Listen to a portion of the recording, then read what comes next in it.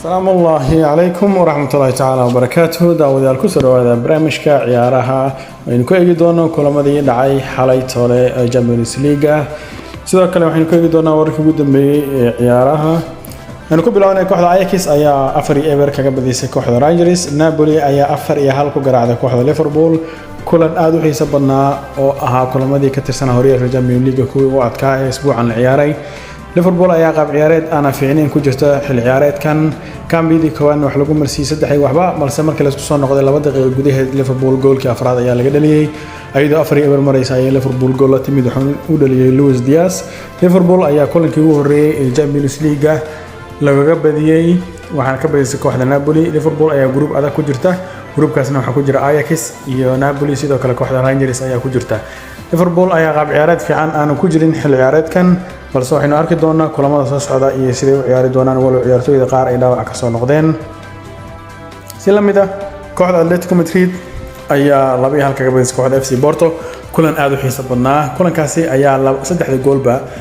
ciyaarta ka dhashay waxa la dhaliyay daqiiqadii dheeraadka ahay ee lagu daray ciyaartu markay ay dhamaatay 91 daqiiqo Atletico Madrid ayaa gool heshay balse waxa penalty ku bireejay kooxda FC Porto sidoo kale 90 ay raahday 101 daqiiqo markay mareysay ciyaarta oo 10 daqiiqo dheeraad lagu darayna waxa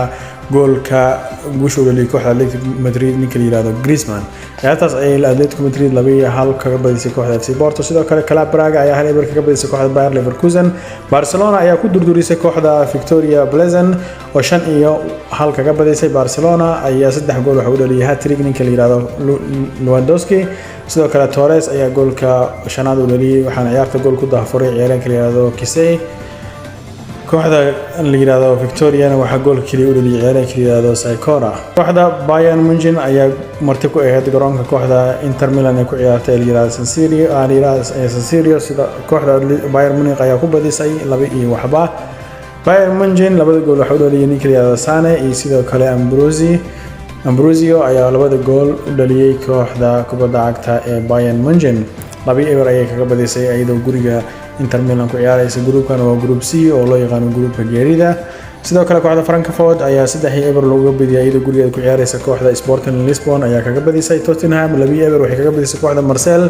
oo qaybtii dambe ciyaarta inta badan ku ciyaaraysay 9 ciyaartooy iyo 1 goalkeeper